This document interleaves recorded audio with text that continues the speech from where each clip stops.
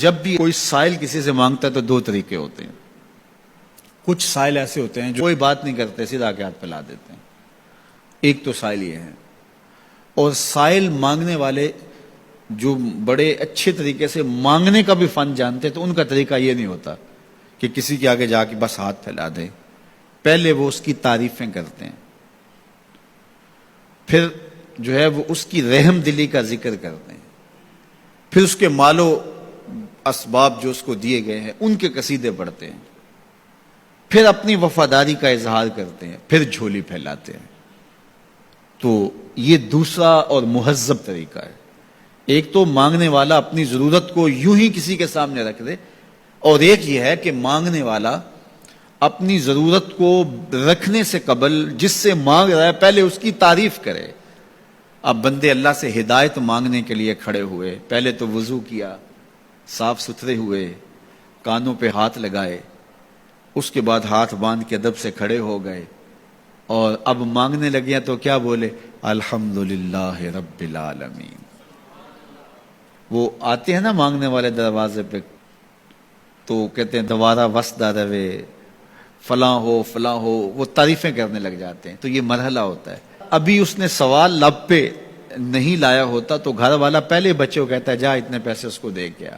میاں وہ تو آپ کی تعریفیں کر رہا ہے، مانگ تھوڑا رہا ہے. وہ سمجھتا ہے جو تعریفیں کرنا شروع ہو گیا یہ مانگنے کے لیے تو کر رہا ہے.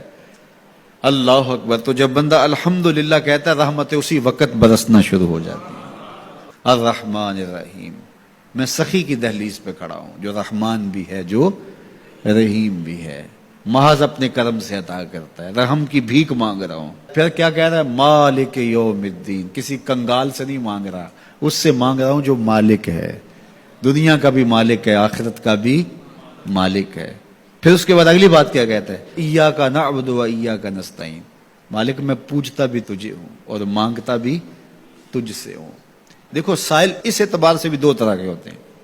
ایک سائل ہوتا ہے جو بائی پاس پہ اترتا ہے، ایک کے گھر کے سامنے جاتا ہے، یہی طریقہ صحیح مانگنے کا، لیکن جاتا ہے کہ گھر کے سامنے تعریفیں کرتا ہے، اور مالک خانہ کو پتا ہوتا ہے کہ یہ ہمسایہ سے بھی مانگ کے آیا ہے، میرے گھر سے بھی مانگ رہا ہے، اگلے گھر سے بھی مانگنا ہے.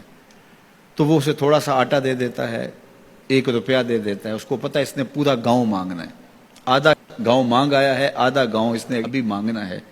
تو سارے 1 روپے دیتے ہیں.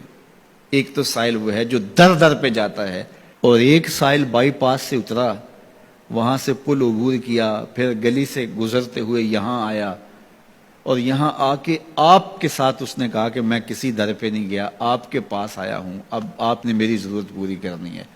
تو پھر 8 آنے 5 روپے تو نہیں دیے جائیں گے. پھر تو جو میری استطاعت ہوگی، جو آپ کی استطاعت ہوگی، اس استطاعت کے مطابق دیں گے کہ یہ سارا شہر چھوڑ کے آیا ہے، یہ کسی سے نہیں مانگتا، یہ مجھ سے ہی مانگتا ہے.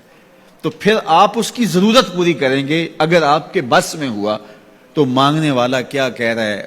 ایاک نعبد. یہ پیشانی کہیں اور نہیں جھکتی، و ایاک نستعین. یہ جھولی کسی اور چوکھٹ پہ پھیلتی نہیں.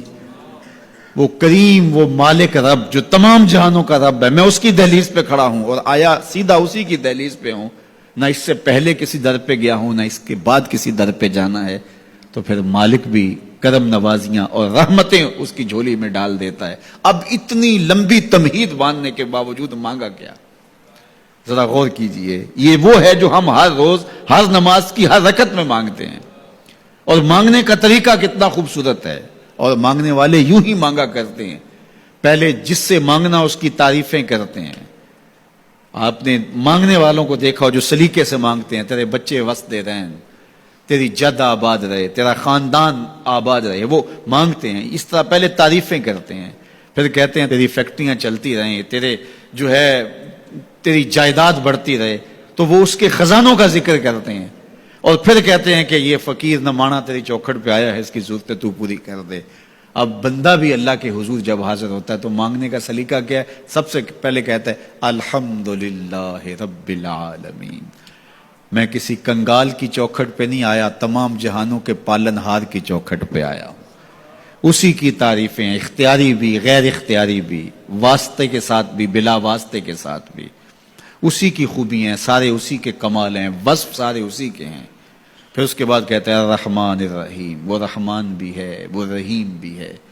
پھر اس کے بعد کہتا ہے مالک یوم الدین، وہ دنیا کا ہی مالک نہیں، آخرت کا بھی مالک ہے، یوم حساب کا بھی مالک ہے. پھر اس کے بعد اپنی وفاداری جتلاتے ہوئے کہتا ہے ایاک نعبد و ایاک نستعین، مالک سارا جہاں بس رہا ہے، میں نے کسی سے نہیں مانگا، میں نے جھولی تیری چوکھٹ پہ پھیلائی ہے، میری پیشانی تیرے حضور جھکتی ہے، یہ پیشانی کسی اور کے حضور کبھی نہیں جھکی نہ جھکے گی. یہ سب عرض کرنے کے بعد پھر مانگتا کیا؟ اہدنا الصراط المستقیم، مالک مجھے سیدھی راہ پہ چلا دے، میں تیرے حضور آیا ہوں، مجھے ہدایت کا نور عطا کر دے. انشاءاللہ یہ ہدایت کیا ہے اور ہدایت کی قسمیں کیا ہیں، اور پھر اس دعا کا جواب اللہ کی طرف سے کیا آتا ہے، اور بندے پہ کتنی کرم